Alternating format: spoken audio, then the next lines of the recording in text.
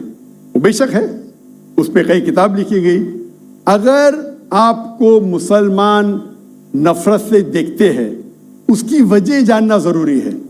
مسلمان تو دوسرے مسلمان کو نفرت سے بھی دیکھتے, نہیں دیکھنا چاہیے, نہیں دیکھنا چاہیے. اگر وجہ ایک دم صحیح ہے, میں نہیں جانتا ہوں کیوں دیکھتے ہیں.